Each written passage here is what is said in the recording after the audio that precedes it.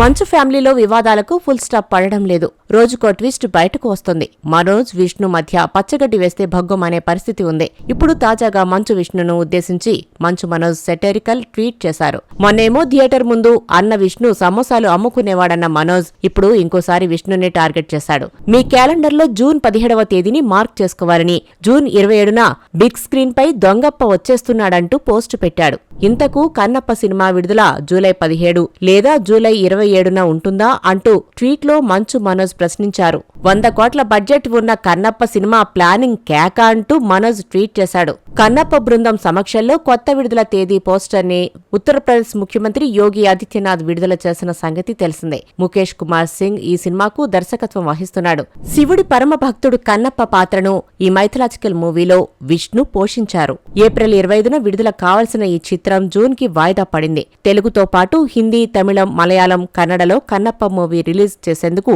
Team plan చేసింది. శివుడిగా Bollywood star Akshay Kumar, పార్వతీదేవిగా Kajal Agarwal నటించారు. మంచు మోహన్ బాబు, శరత్ కుమార్ ప్రధాన పాత్రలు పోషించారు.